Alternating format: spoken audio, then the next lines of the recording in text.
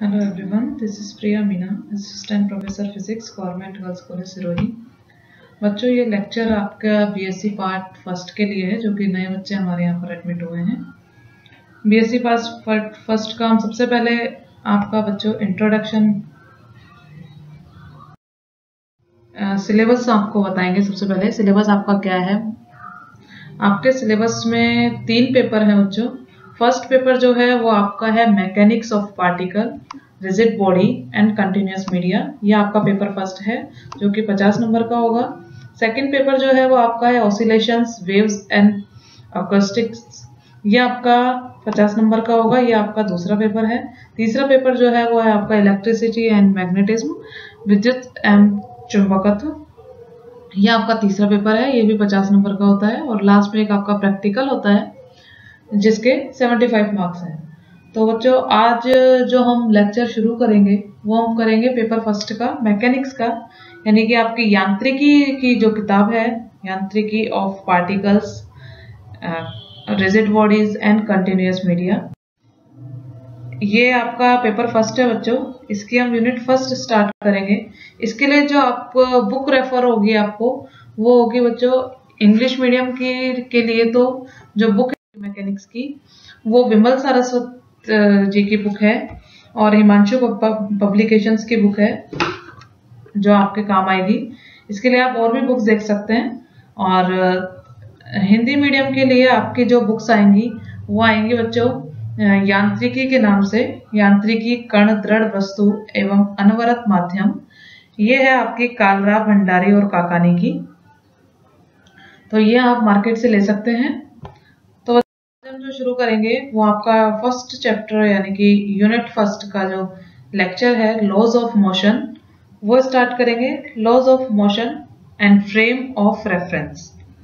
इसमें सबसे पहले जो टॉपिक आता है वो आता है बच्चों लॉज ऑफ मोशन।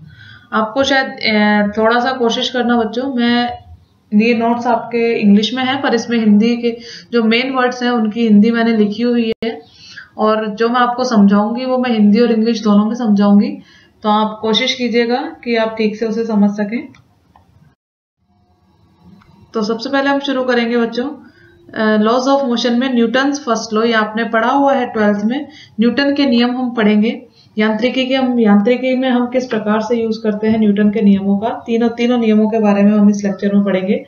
तो न्यूटन का सबसे पहला law, Newton's first law of motion और लॉ ऑफ इनर्शिया। न्यूटन का प्रथम नियम, गति का प्रथम नियम, और जड़त्व, इसे क्या कहते हैं, जड़त्व का नियम भी कहते हैं। इस नियम के अनुसार बच्चों क्या होता है, according to this law everybody continuous in its state of rest or of uniform motion in a straight line। इस नियम के अनुसार क्या होता है, कोई भी व्यक्ति जो है, कुछ भी, एवरीबॉडी, कोई भी चीज है वो अपनी ही अवस्था में एक या तो अपनी ही अवस्था में रहती है या फिर एक समान गति करती रहती है जब तक कि एक ही स्ट्रेट लाइन में, जब तक कि उस पर कोई बाह्य फोर्स नहीं लगाया जाए, यानी कि बाह्य बल नहीं लगाया जाए। कोई भी आप चीज है यदि वो पड़ी रहेगी तो वो वहीं रहेगी यदि उस पर कोई बाह्य बल ना लगाया जाए, और यदि वो गति कर रही है, जैसे कोई बॉल है वो मूव कर रही है, वो तब तक एक सीधी रेखा में मूव करती रहेगी या गति करती रहेगी जब तक कि उस पर कोई बाहर से कोई हम बल ना लगाएं। तो ये जो बल इस पर हम अप्लाई करते हैं, एक्सटर्नल फोर्स, बाह्य फोर्स जो हम इस पर अप्लाई करते हैं, उसे क्या कहते हैं बच्चों, इनर्शिया कहते हैं। इट मींस जड़त्व कहते हैं।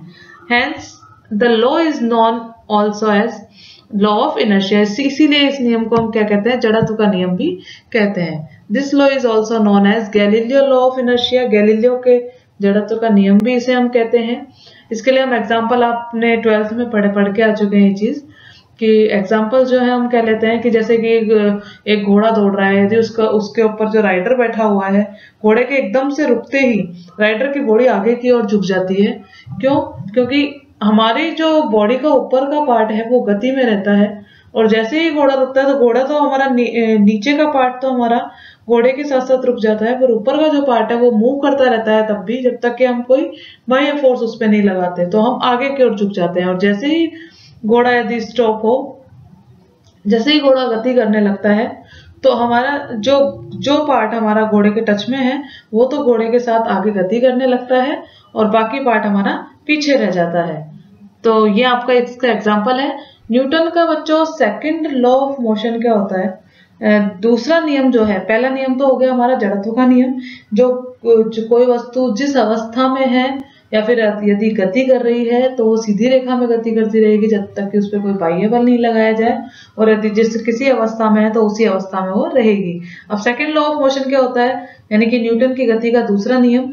इस नियम के अनुसार the time rate of change of momentum is directly proportional to the external force applied on it। यानी कि समय के साथ संवेग के परिवर्तन की दर, इट मीन्स टाइम के साथ संवेग कितना चेंज हो रहा है। आपको पता है संवेग क्या होता है? द्रव्यमान मल्टीप्लाई बाई वेलोसिटी, द्रव्यमान मल्टीप्लाई बाई वेग। तो संवेग के समय के साथ संवेग के परिवर्तन की दर उस पर लगाए गए बाह्य बल, जो उस पर हम बाह्य बल लगा रहे हैं उसके डायरेक्टली प्रोपोर्शनल होती है या फिर अनुक्रमानुपाती होती है। यह हमारा गति का दूसरा नियम है। It means change in momentum always takes place in the direction of force. इसका मतलब क्या होता है कि जो संवेग में परिवर्तन हो रहा है वो हमेशा जो बल लगाया जा रहा है उसी की दिशा में होता है। यहाँ पर आपको बच्चों जो आपके मीनिंग है मेन उनकी हिंदी मैंने यहाँ दी हुई है, तो आप यहाँ पे देख सकते हैं। जैसे कि अब हम मान के चलें, इसमें क्या लिखा हुआ था कि समय के साथ संवेग में परिवर्तन की दर मीन्स यदि हम संवेग का समय के सापेक्ष अवकलन करते हैं तो वो किसके अनुक्रमानुपाती होता है? फोर्स के, या फिर जो बाहर से हम बल लगा रहे हैं उसके। तो यदि हम मान लें कि P क्या है? मोमेंटम है, इट मीन संवेग है, T टाइम है, समय है, तो हम dP upon dt is mean संवेग का टाइम के सापेक्ष, समय के सापेक्ष परिवर्तन, rate of change of momentum with respect to time, ये क्या होगा? dP upon dt। External force यानी कि बाह्य बल हमने क्या मान लिया? फोर्स मान लिया, F मान लिया। तो फिर हम लॉ के अनुसार हम क्या लिख सकते हैं? dP upon dt is directly proportional to, यानी कि अनुक्रमानुपाती होता है बाहर से लगाए गए बल के। इस अनुक्रमानुपाती साइन को यदि हम हटाएं तो यहाँ पर एक कांस्टेंट लिख सकते हैं बच्चों K। तो F इक्वल्स टू हमारे पास क्या आ जाएगा? K dP upon dt। K यहाँ पर कोई भी कांस्टेंट है, इसे हम वैसे फोर्स कांस्टेंट है, बल नियतांक कहते हैं। ये अलग अलग चीजों पे अलग अलग होता है। और यदि हम यहाँ पे, ये हमारे पास मेन फॉर्मूला आ गया, यदि यहाँ पे हम K को 1 माने कि मान लीजिए कि कांस्टेंट क्या है? 1 है, तो हमारे पास फोर्स क्या हो जाएगा? Force is equals to dP upon dt। ये आपकी इक्वेशन नंबर 1 आ गई।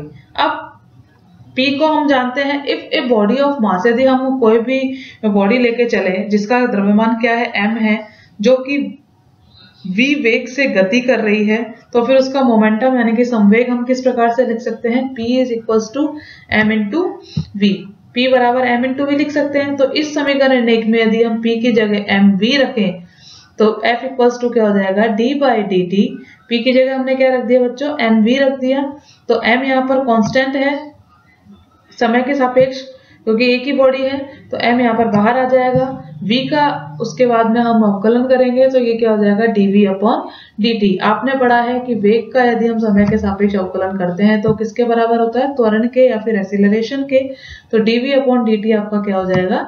a हो जाएगा। तो इक्वेशन नंबर 2 से हम क्या लिख सकते हैं? Force is equals to m into a। तो अल्टीमेटली हमारे पास दो फॉर्मूले आए हैं बच्चों फोर्स का, एक तो आगे dp अपॉन dt, एक दूसरा फॉर्मूला क्या है? f is equals to m into a। ये हम गति का दूसरा नियम पढ़ रहे हैं। अब न्यूटन की गति का जो तीसरा नियम है, तो Newton third law of motion, वो क्या कहता है बच्चों? The law is also known as action reaction law, यानी कि इसे हम क्या कहते हैं? क्रिया प्रतिक्रिया का नियम कहते हैं। इट मीन्स हर क्रिया की एक प्रतिक्रिया होती है। It states that to every action, हर एक एक्शन की यानी कि हर एक क्रिया की, there is an equal and opposite reaction, उसी के समान और उसी के अपोजिट यानी कि उसी के विलोम में, उसी के जैसे कोई प्लस डायरेक्शन में कोई एक्स डायरेक्शन में आ रहा है तो माइनस एक्स डायरेक्शन में रिएक्शन जरूर होती है। इफ ए बॉडी, यदि हम मान के चलते हैं इसके लिए, कोई बॉडी ले ली P exerts force FPQ on a body Q। एक कोई भी बॉडी हमने P ले ली और एक कोई बॉडी हमने Q ले ली। यदि P Q पर कोई फोर्स लगाती है जिसे हम क्या नाम देते हैं? FPQ, लगाया गया फोर्स P के द्वारा Q पर, तो इसे हम FPQ से यदि डिनोट करें, then the body Q will exert a force. तो बॉडी Q क्या करेगी, ये तो है नहीं, जैसे कोई भी स्टेबल बॉडी रखी हुई है बच्चों Q, तो इधर से राइट साइड से यदि कोई और बॉडी आती है, यहाँ पर कोई बॉडी रखी हुई है, यहाँ से कोई बॉडी यदि इस पर फोर्स अप्लाई करती है, तो ऐसा तो नहीं है कि यहाँ पर आकर इस पे खुद पे कोई फोर्स नहीं लगेगा। जितना फोर्स ये इस पर लगा रही है, यही बॉडी अपोजिट डायरेक्शन में यानी कि उल्टी डायरेक्शन में उतना ही फोर्स इस पर भी लगाएगी। तो then the body Q will exert a force. तो Q भी एक बल लगाती है, FQP, जिसे हम FQP लिखते हैं, यानी कि Q के द्वारा P पर लगाया गया force on the body P। ये P है, ये Q है। यदि ये FPQ फोर्स Q पर लगा रही है, तो Q हमारे P पर भी FQP फोर्स लगाएगा, और ये फोर्स क्या होगा, डायरेक्शन में अपोजिट होगा। ये वैसे बराबर होगा वैल्यू में, या फिर इसकी जो न्यूमेरिकल वैल्यू होगी वो बराबर होगी, पर इसकी जो डायरेक्शन होगी या दिशा होगी वो क्या होगी, अपोजिट होगी, एक दूसरे के विपरीत होंगी ये। तो हम क्या लिख सकते हैं, ये वाला फोर्स FPQ यानी कि P के द्वारा Q पर लगाया गया force is equals to minus FQP। Minus से डायरेक्शन के लिए आया है क्योंकि डायरेक्शन इनकी क्या है, अपोजिट है, और इक्वल साइन इसलिए है क्योंकि इनकी न्यूमेरिकल वैल्यू बराबर है। तो F को यदि हम यहाँ पर ले जाएं तो हमारे पास क्या आ जाएगा, FPQ plus FQP is equals to 0। Action and reaction are always equal and opposite. क्रिया और प्रतिक्रिया आपस में क्या होते हैं, बराबर होते हैं और अपोजिट होते हैं, यानी कि एक दूसरे के विपरीत होते हैं। So also irrespective of the fact that the two bodies are at rest और in motion also the action and reaction do not act on the same body. Action और रिएक्शन कभी भी सेम बॉडी पर या फिर एक ही समान body पर अप्लाई नहीं होते। यहाँ पे देख लीजिए आप, दो बॉडीज है हमारे पास P और Q। एक्शन यदि Q पर लग रहा है तो रिएक्शन किस पे हो रहा है, P पर हो रहा है। Do not act on the same body so they never cancel and each other. वो कभी भी एक दूसरे को कैंसिल नहीं करते। We can derive first law and third law with the help of second law. जो सेकेंड लॉ है उसी की सहायता से, जो हमने अभी F is equal to dP upon dt किया था बच्चों, उसी की सहायता से हम थर्ड लॉ और फर्स्ट लॉ दोनों को ही डिराइव कर सकते हैं। इसके ज़्यादा आपको डीपली नहीं जाना है, वैसे इसका डेरिवेशन आपकी बुक में दिया हुआ है। तो बच्चों ये थे आपके न्यूटन। आज के लेक्चर में इतना ही। नेक्स्ट जो लेक्चर में हम बात करेंगे कंजर्वेशन की, मीन संरक्षण की, कि एनर्जी का संरक्षण यानी कि ऊर्जा का संरक्षण, संवेग का संरक्षण किस प्रकार से होता है, उसके बारे में आप बात करेंगे। Thank you.